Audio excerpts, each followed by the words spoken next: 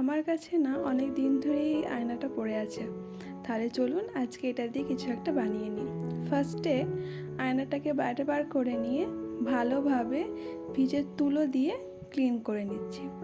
Clean করা হয়ে গেলে কার্ডবোর্ডের উপরে রেখে আয়নার মাপে একটা বক্স বানিয়ে নিচ্ছি। তারপরে সেই বক্সটার চারদিকে একটা স্কেলের মাপ নিয়ে চারদিকে আরেকটা বক্স বানিয়ে নেব এবং সেটাকে কেটে নেব।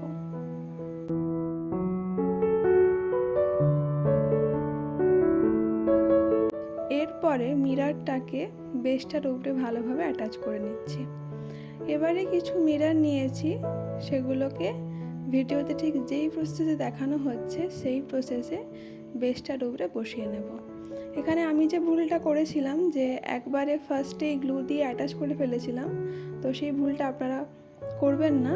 আগে ভালোভাবে আয়নাগুলোকে অর্গানাইজ করে তারপরে গ্লু দিয়ে চেটাবেন, তাহলে কাজটা অনেকটা ইজি হবে।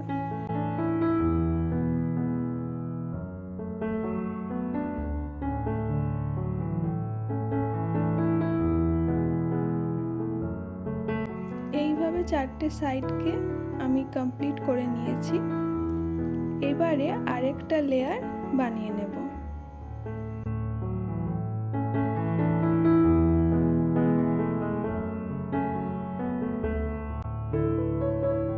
মিরর দিয়ে কাজটা পুরোপুরি কমপ্লিট হয়ে গেছে। এবার এটাকে ভালোভাবে শুকনো হওয়ার জন্যে আমি রেখে দেব।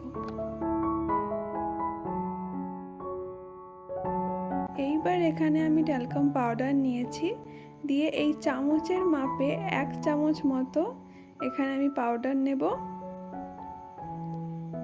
আর 1 চামচ মতো এখানে ফেভিকল নিচ্ছি। এর সাথে ফেব্রিক কালার মিশিয়ে খুব ভালোভাবে তিনটেকে মিক্সড করতে হবে। দরকার পড়লে একটুখানি আমরা জল অ্যাড করতে পারি।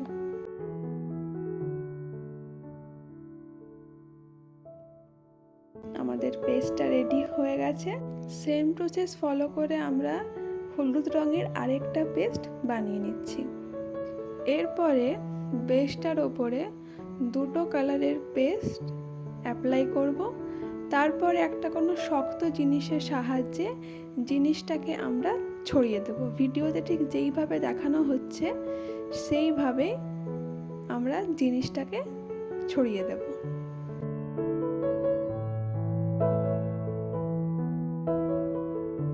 সেম প্রসেস ফলো করে বাকি দিকগুলো করে নিচ্ছি। এটা মোটামুটি কমপ্লিট হয়ে গেছে। এবারে এটাকে শুকনো হওয়ার জন্য রেখে দেব।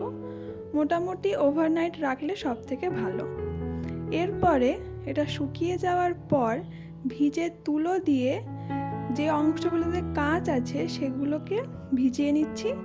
তারপরে ধারালো কিছু দিয়ে যে অংশগুলো এক্সট্রা আছে সেগুলোকে উঠিয়ে দেব। আপনারা ভিডিওতে দেখতেই পাচ্ছেন যে এটা কত ইজিলি উঠে যাচ্ছে। একটুখানি টাইম লাগবে। তো এটাকে পুরোটা ক্লিন করতে আমার মোটামুটি 1 ঘন্টা মতো সময় লেগে গেছিল।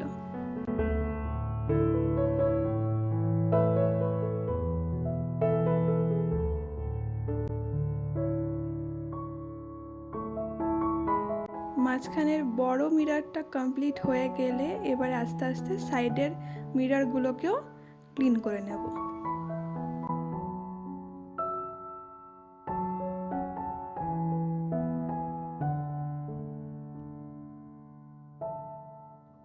এরপরে বাকি যেটুকু অংশ থাকবে সেটাকে ভিজে কাপড় দিয়ে ঘষে পরিষ্কার করে নিচ্ছি।